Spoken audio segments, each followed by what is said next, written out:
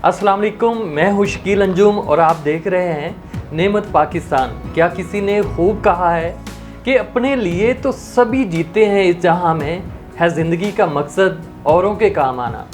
नाजरीन, इंसानियत की खिदमत एक अजीम जज्बा है और इसी जज्बे को मद्देनज़र रखते हुए ज़हनी और जिस्मानी माजूर बच्चों की तरबियत और उनकी बहाली के लिए लैलमा खान फाउंडेशन की बुनियाद रखेगी।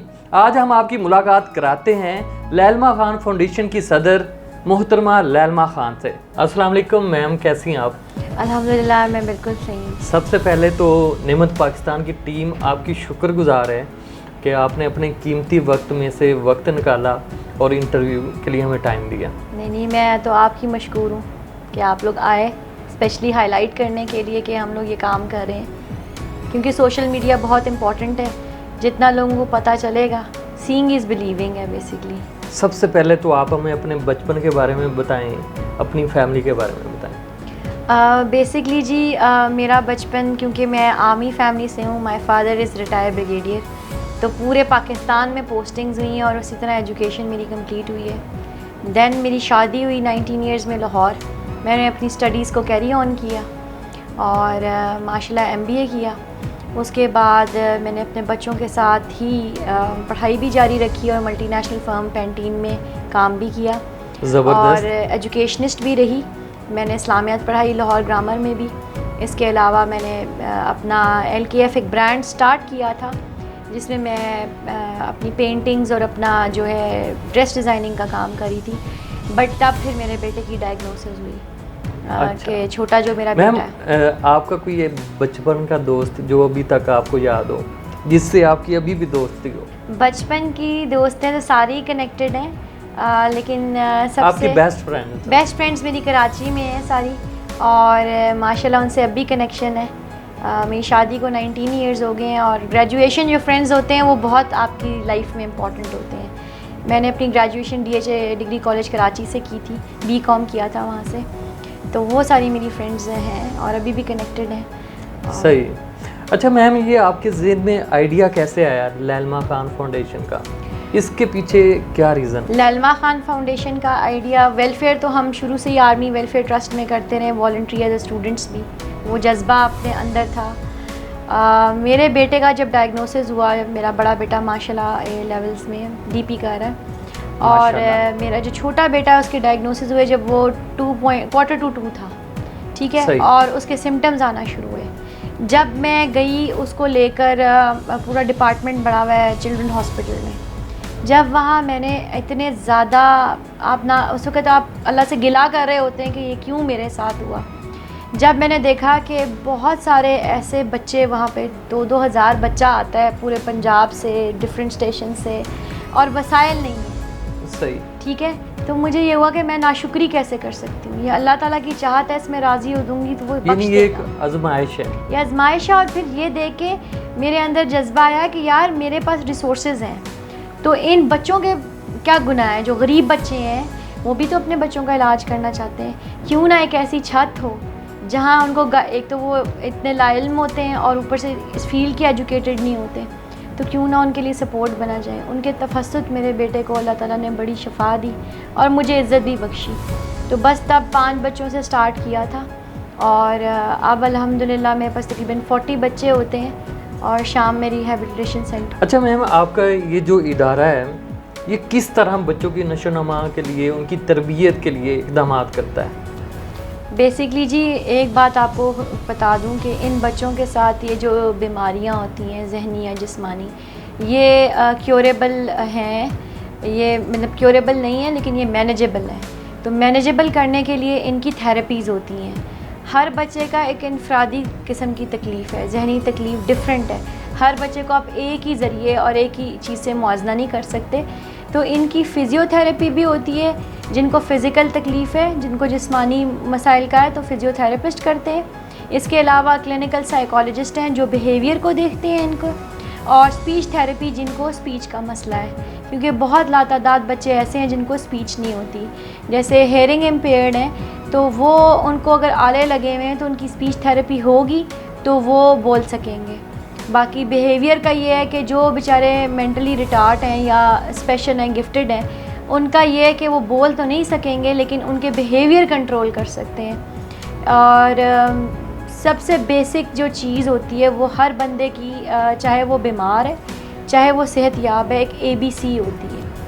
ABC का मतलब है इंसिडेंट, बिहेवियर और कॉन्सिक्वेंसेस। इंसिडेंट का मतलब है वाक़या, बिहेवियर का मतलब है रवैया, कॉन्सिक्वेंस का मतलब है नतायज। ठीक है, तो इस बेसिक से हम स्टार्ट करते हैं। और इनकी पहले हर बच्चे की IEP होता है, यानी इंडिविजुअल एजुकेशनल प्रोग्राम होता है, और सुबह इनका स्कूल होता है जिसमें इनके एक जैसे लेवल के बच्चों की क्लास होती हैं, 3 क्लासेस हैं, और उनमें इनकी ग्रुप थेरेपीज़ होती हैं। सही। ताकि ये अपने जैसे जो लेवल के बच्चे हैं वो एक क्लास में होते हैं। ठीक है, और उस एक क्लास में उनकी थेरेपीज़ बाकायदा प्रोफेशनल स्टाफ करता तो है। मैम, क्या आप समझते हैं कि ये जो बीमारी है ये लाइलाज है? ये मैनेजेबल है। सही। ठीक है, लेकिन ये सारी ज़िंदगी आपके साथ है। ताहयात रहती है। देखिए, एक जहनी तकलीफ़ है या एक जिस्मानी CP बच्चा है। तो आपने इस पे काफ़ी रिसर्च भी की हुई है, तो आपके नज़दीक इस बीमारी की क्या वजह है, क्या रीज़न्स है? इस बीमारी इसमें कहा जाता है कि कज़न्स मैरिज का भी एक बहुत बड़ा रोल है, क्या ये सच है? अच्छा, इस बीमारी को सिर्फ कज़न मैरिज तक मखसूस मतलब आप नहीं रिस्ट्रिक्ट नहीं कर सकते, क्योंकि अब जो चीज़ें आ रही हैं वो बहुत फ़र्क है। एक माएँ प्रेगनेंसी में डिप्रेशन देती हैं या खाती क्या हैं, उनकी खुराक का भी बहुत इफ़ेक्ट है, और दूसरा माशरती प्रेशर का भी बहुत इफ़ेक्ट है, इसमें जिस्मानी भी बहुत इफ़ेक्ट है, और इसमें कज़न मैरिज, मेरी कज़न मैरिज नहीं है, हमारी सही। बरादरी भी टोटली डिफरेंट है, तो ये बात मैं नहीं कह सकती। लेकिन हाँ, जेनेटिक डिसऑर्डर्स होते हैं, किसी की एक फैमिली में अगर कोई प्रॉब्लम्स हों तो वो आगे कैरी ऑन करते हैं। लेकिन अगर वक्ती तौर पे शुरू से ही केयर कर ली जाए, शुरू से ही लड़कियां अपनी भी केयर करें और उनको बाकायदा मेडिकली अपने आप को सेट रखें तो बेहतरी आ सकती है। मैम, आपका जो इदारा है इसके माहाना कितने अखराजात हैं और उनको आप कैसे पूरे करते हैं? जी, इस प्रोजेक्ट का तकरीबन माशाल्लाह माहाना जो है वो 4+ चला जाता है। और इसको कैसे मैनेज करती हूँ, मैंने आज तक अभी तक गवर्नमेंट से या इंटरनेशनली किसी से एड नहीं ली। मेरे वालिदैन की तरफ से जो मुझे थोड़ा बहुत अपनी प्रॉपर्टी में हिस्सा मिला वो शामिल किया है। मेरे हस्बैंड बहुत सपोर्ट कर रहे हैं इसको, उनके दोस्त बहुत ज़्यादा सपोर्ट करें, और कुछ माशाल्लाह अभी तक मैंने लोगों की तरफ अप्रोच नहीं किया, जो अब मुझे मसाइल आए हैं कोविड के बाद के डोनर्स की तरफ अप्रोच करना है। रमज़ान में माशाल्लाह हमें नए डोनर्स मिले। हमारे पाकिस्तानी माशरे में देने वाले बहुत लोग हैं, बस उन्हें पता होना चाहिए कि कहाँ देना है, और जब तक आप एक्सपोज नहीं होंगे, लोगों तक पहुँचेंगे नहीं, रसाई नहीं होगी। तो अभी मेरे 3-4 नए डोनर्स बने। अच्छा मैम, अगर कोई डोनर आप तक अप्रोच करना चाहे तो वो कैसे आपसे कांटेक्ट कर सकता है, वो आपके इदारे को कैसे फैसिलिटेट कर सकता है? दे सकता है वो, एक तो वो पर्सनली विज़िट भी कर सकता है। सही। ठीक है, बाकी हमारा LKF रिहेबिलिटेशन का अकाउंट भी बना हुआ है। ठीक है। और हमारी अल्लाह का शुक्र है सोशल वेलफेयर से प्रोसेस में हमारी रजिस्ट्रेशन भी चल रही है अल्हम्दुलिल्लाह। गवर्नमेंट भी हमें एक्नॉलेज कर रही है, तो ये है कि वो हमें रीच कर सकते हैं, बच्चों से मिल सकते हैं, और स्पॉन्सर या स्पॉन्सर चाइल्ड कर सकते हैं। जैसे मेरे पास ट्रांसपोर्ट नहीं है तो मैंने रिक्शे स्पॉन्सर किए हैं। एक बच्चे का ख़र्चा रिक्शे समेत 10,000 है, बग़ैर रिक्शे समेत 7,000 उसकी मेडिकल और उसका सारी थेरेपीज़ पे आता है। तो डोनेशन छोटी भी उतनी ही वैल्यू रखती है और बड़ी भी उतनी ही वैल्यू रखती है। कतरा कतरा बन के समुंदर बनता है। बिल्कुल। तो ये ज़रूरी नहीं है कि मुझे बहुत ज़्यादा ही ज़रूरत है कि कोई बड़ी अमाउंट ही दे, छोटी अमाउंट की भी उतनी ही इज़्ज़त है, क्योंकि ये कार खैर में जा रहा है। मैम, एक आलमी इदारे की रिपोर्ट है, उसके मुताबिक पूरी दुनिया में तकरीबन 30 करोड़ के करीब ऐसे बच्चे हैं जो माजूर हैं, यानी माजूर लोग हैं, उनमें अक्सरियत जो बच्चे पैदा होते हैं उनकी है। और पाकिस्तान में कहा जा रहा है तकरीबन 1.5 करोड़ के करीब मजदूर लोग हैं, उनमें अक्सरियत बच्चों की। इसमें कितनी सच्चाई है, ये सच है? मुझे लगता है इसमें बिल्कुल सच्चाई है, बिकॉज़ मेरी जो टीम है अपनी ज़ाती अखराजात पे मैंने CBR की है। CBR कम्युनिटी बेस्ड रिहेबिलिटेशन कहलाती है। इसमें मेरा स्टाफ महीने में 1 दफ़ा घरों में जाके काउंसलिंग भी करता है। ये आपकी जो काउंसलिंग होती है फ्री ऑफ कॉस्ट होती है? फ्री ऑफ कॉस्ट है काउंसलिंग। यहाँ पे आते हैं पेरेंट्स, क्योंकि पेरेंट्स की काउंसलिंग बहुत ज़रूरी है। तो उससे मुझे जो डाटा रिकवर होता है उसमें ये रेशो बढ़ रही है। स्पेशल बच्चों की और डिप्रेशन की, एंजाइटी की।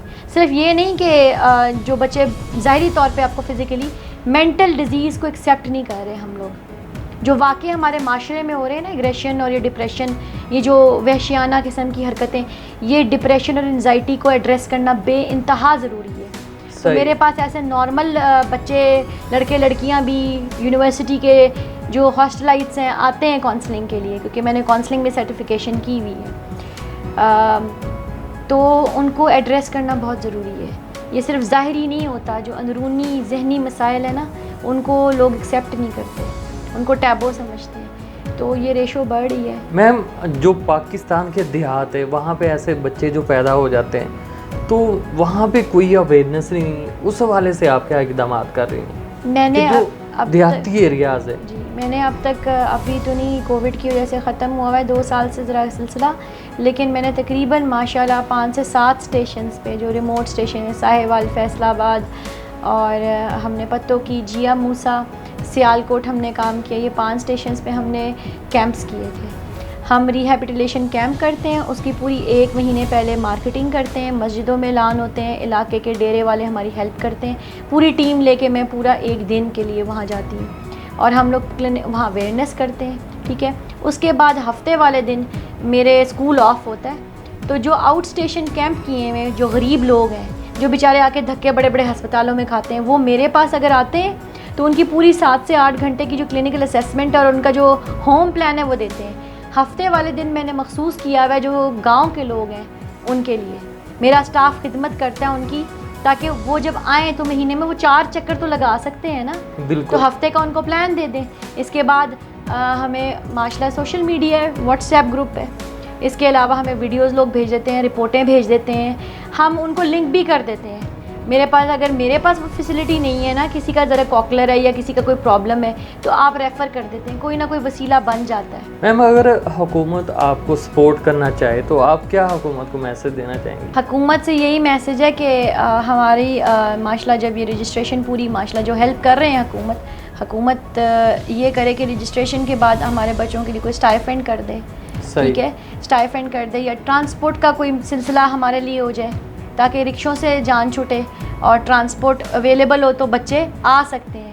अभी तो अल्लाह का शुक्र है वो रिक्शे वाला भी एक डोनर है जो कि 1 बच्चे का किराया लेके 4 बच्चे ले आता है, माशाल्लाह, ठीक है। ये उस रिक्शे वाले की कंट्रीब्यूशन है, ठीक है। सही। तो इस तरह हमें गवर्नमेंट हेल्प कर सकती है, और गवर्नमेंट से एक रिक्वेस्ट है कि मेरा इदारा अवेलेबल है, तो बच्चों के जो ये नादरा वाले सर्टिफिकेशन होता है, इसके लिए वो बच्चे बेचारे जाके ना नादरा में या कहीं पे ख्वार ना हो, यहाँ पे उनकी कोई पिकअप आ जाए, या सर्विस हॉस्पिटल का जो सर्टिफिकेशन है कोई ऐसा हमारे साथ MOU कर लें कि उन बच्चों को सर्टिफिकेट मिल सके। मैम, ये तो होगी काम की बातें, अब हम थोड़ी चिट चैट करते हैं जी। आप हमें अपने बचपन के बारे में बताएं, आपका बचपन कैसा था, आप कैसी थी, शरारती थी या जी? मैं बहुत एक्टिव थी, शरारती थी, और मैं क्लब में जो है तंबोला खिलाया करती थी। मैं सारे आर्मी ऑफिसर्स की, जो मेरी अम्मी की सीनियर्स थी, उनकी बहुत चहेती थी।